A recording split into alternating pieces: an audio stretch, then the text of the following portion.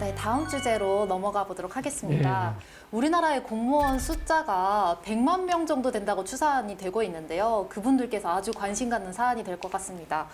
이 공무원 연금이 감액되는 경우가 있다고요. 어떤 경우가 있나요? 이제 공무원 연금이 감액되는 경우는 이제 물론 징계 처분을 받아가 뭐 파면이라든지 이래 되면 감액이 되는 수가 있지만 그거 아니더라도 형벌을 받으면은 연금을 이제 감액을 합니다. 네. 근데 그 사유는 이제 공무원으로 있던 기간 중에 범죄를 범했을 때는 이제 해가 집행유예 이상의 형을 받으면은 이제 감액을 하도록 되어 있습니다. 아, 네네. 그럼 어떤 사건과 연관이 돼서 이런 게 나온 건가요? 근데 그 전에는 이제 공무원이 이제 죄를 짓는 것도 여러 가지가 있지 않습니까? 네. 공무상 죄를 짓는 경우 뭐 허위 공문서를 작성하든지 뇌물죄를 받았든지 이런 거는 이제 당연히 이제 공무원으로서 그 이제 해서는 안 될 일을 했으니까 연금도 감액을 하는 것이 당연한데 네.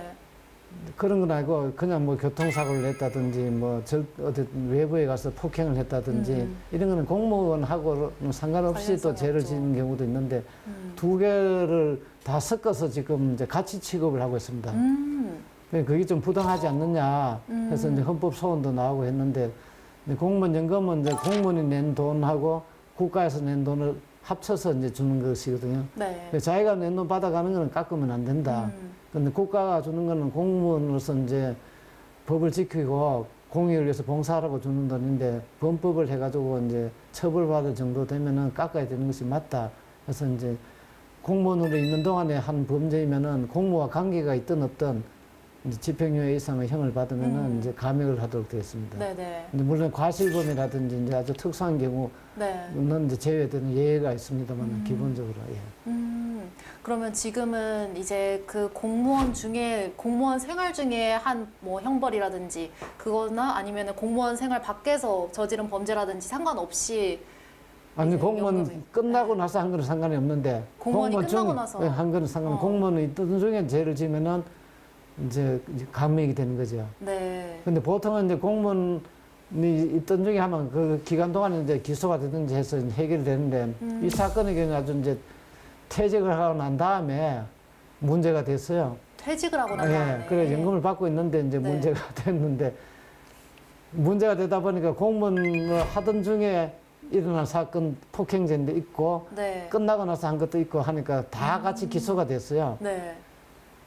근데 이제 깜빡한 거죠. 이제 이런 일이 공무원 연금법에 의해서 제한이 된다는 것을 아무도 이제 이 피고인도 깜빡을 한 것입니다. 네. 그래서 이제 재판을 받으니까 뭐 큰 그건 아니니까 이제 여러 개의 범죄가 기소되면 우리가 이제 형법상 경합범이라고 해서 합쳐서 이제 한 개의 형으로 보통 처벌하잖아요. 네. 절도 5번 한다고 해서 하나마다 뭐 징역 6월 이래 하는 것이 아니고 다 합쳐가지고 뭐 징역 1년 이래 선고를 합니다. 네. 그 이제 이 사건의 경우에도 폭행을 이제 4번인가 5번 했지만 다 합쳐서 이제 징역 몇 년에 집행유예 몇 년 이렇게 했습니다. 그러니까 뭐 이제 본인은 뭐 만족하고 이제 항소도 안 하고 끝나버렸죠. 네. 근데 느닷없이 이제 이게 이제 연금공단에서 이제 다 이제 알게 되니까 그 중에 보니까 3건은 끝나고 난 뒤에 저지르는 범죄인데 한 건은 공무원에 있을 때 저지르는 범죄가 됐어요. 네. 그러니까 그 요건에 해당된다 해서 이제 연금 감액 통보가 왔습니다. 그 이제 본인은 진짜 완전 날벼락을 맞은 셈이 됐죠. 네. 근데 이제 그래서 그 이제 행정 소송을 했는데 너무 사정이 딱하니까 이제 고등법원에서는 그 한 사건은 사실 별게 아닌데 그것만 기소됐으면은 그거는 뭐 벌금으로 끝났을 것이다. 그런데 이 딴 거하고 합쳐서 하다 보니까 그래 된 것인데 이 법의 취지로 와서 이런 경우까지 감액하면서는 좀 부당하다 해서 이제 구제를 해줬어요. 네.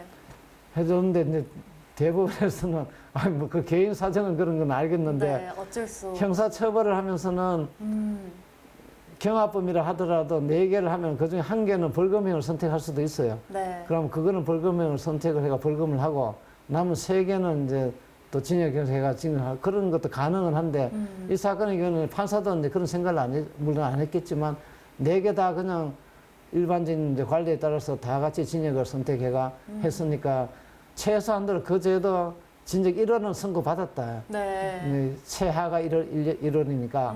그러니까 어차피 1월이든 10년이든 5년이든 어쨌든 징역형을 받은 것은 맞으니까 연금 감액하는 것은 법상으로는 어쩔 수가 없다.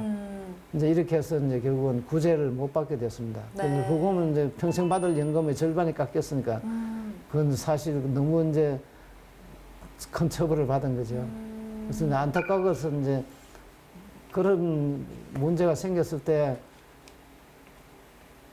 그 변호사의 도움을 받았으면은 변호사가 그런 것까지 생각을 했으면은 형사재판 할 때 네. 이런 문제가 있으니까 그걸 고려해서 형을 정해 주시오.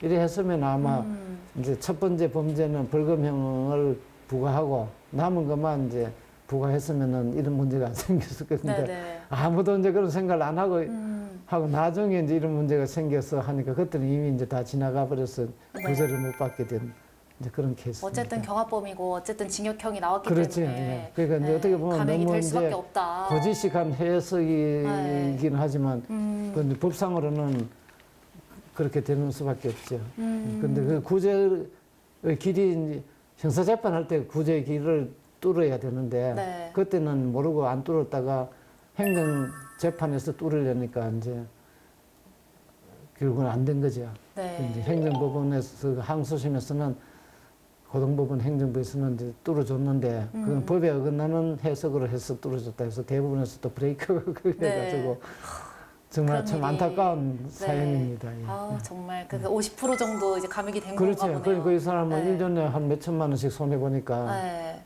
이제 그때까지 받은 것도 이제 다시 반환해야 되고 앞으로도 못 받고 네. 하니까 이제 또 그건 아마 폭행인데 부부간의 폭행인가 뭐 어쩐 건데 근데 부인도 결국은 이제 피해를 보는 거죠. 네. 혹시 이제 나중에 유족연금 받을 때 되면 또 못 받게 되니까.